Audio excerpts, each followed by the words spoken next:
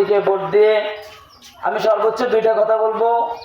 আমরা হচ্ছি এই হাতিয়া থেকে একেবারে শেষ সীমানা শুরুতে, আবার রামগতি থেকে আমরা একেবারে শেষ বর্ডার দিকে আছি।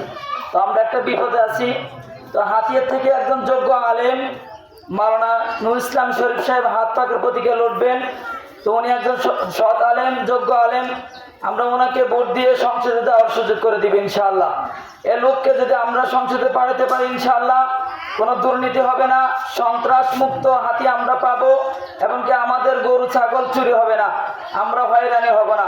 আর আরেকটা খুশির বিষয় হচ্ছে রামগতি, কমলানগর, লক্ষ্মীপুর 4 আসন থেকে মাওলানা খালেদ সাইফুল্লাহ, আমরা সকলে ওনার নাম শুনছি।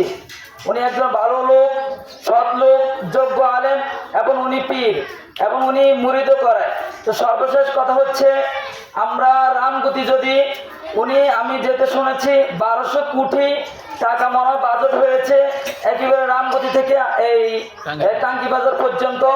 তো ওনাকে যদি আমরা হাত পাকের প্রতীকে ভোট দিয়ে আমরা এখানে রামগতির ভোটার আছি, হাতিয়ার ভোটার আছি, যদি আমরা হাত পাকের প্রতীকে আল্লামা খালেদ সাইফুল্লাহকে সংসদে নিতে পারি তাহলে অচিরেই আমরা টাঙ্কি বাজার যারা ভোগান্তি পদে আছি, যে একেবারে ভাঙতে ভাঙতে একেবারে শেষ সীমানা 3-4 বাংলা দিয়েছে আমাদের ঘর বাড়ি, তা আল্লামা খালেদ সাইফুল্লাহকে আমরা যদি হাত পাকার প্রতীকে ভোট দিয়ে সংসদে নিতে পারি ইনশাআল্লাহ, তাহলে এই বেড়িবাঁধ টেকসই হবে এবং কি পূর্ণাঙ্গ কাজ করে এবং কি জনগণের মাঝে পরিপূর্ণ হিসাব আমাদেরকে দিয়ে দেবে ইনশাআল্লাহ।